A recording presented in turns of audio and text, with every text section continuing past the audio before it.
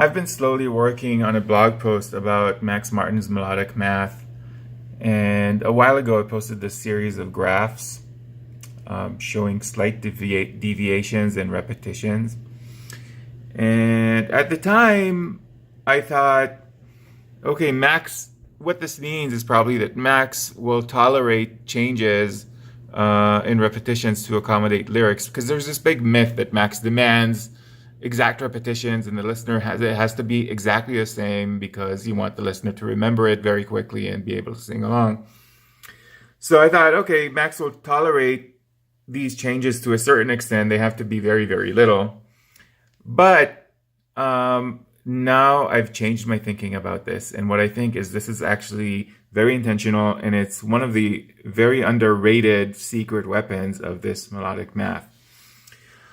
And the reason I think it's intentional is because I was listening to a different song the other day, and the repetitions were very, very precise. And it's a great song, but it felt a little bit off to me. And it got me thinking about this.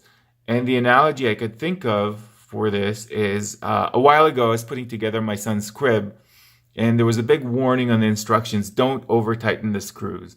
Because, I don't know, it can wear out the wood, it can wear out the hex, whatever. And I think it's kind of similar here. If you make things 100% repetitive, it sounds a little robotic. It doesn't sound human. And if you're a producer and if you program drum beats, you've probably done this before. You've probably taken, you put the beats on the grid and then you took them slightly off the grid in a way that no one will actually notice, but it just makes a big difference. It sounds more human. It sounds like a human is playing it.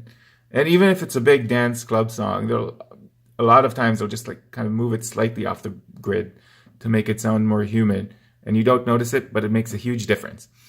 So, and one of the reasons, like a few of these examples, you can say, okay, they're accommodating for the lyrics.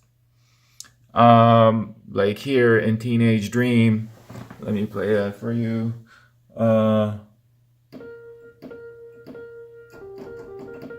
Right, the first time, then the second half of the chorus is.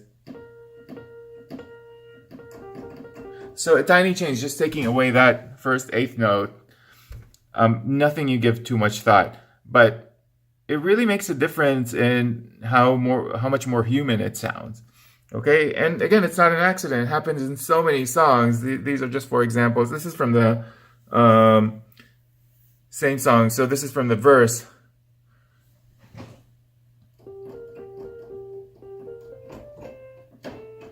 Right, and then the second time,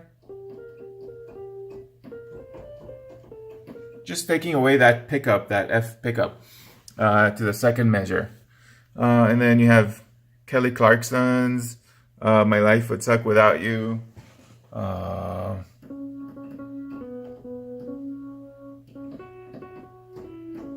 Right? And then, so you have that pickup over here. You're standing at my door. And then in the second half of the first half of the chorus, you don't have that pickup anymore. And in the second half of the chorus, it switches places. You don't have the pickup in the first line, but then in the second line, you have that pickup. And then you get to Dangerous Woman. And here, you can't even argue that it has anything to do with the lyrics because it's just two notes switching spots, right? Makes you feel like a first time. And then the second half. So the A and the B flat here switch spots. So it looks like really tiny things. That's why I titled those graphs The Little Things. But actually, I think it's really, really powerful. And like I said, it's kind of similar to moving your snare, your kick kind of a little bit off the grid to make it sound more human, or, with the hi-hats kind of like playing with really subtle EQ changes and also maybe moving it off the grid. Just to make it sound more like human. And so that's something you should consider doing if you're producing, if you're writing songs.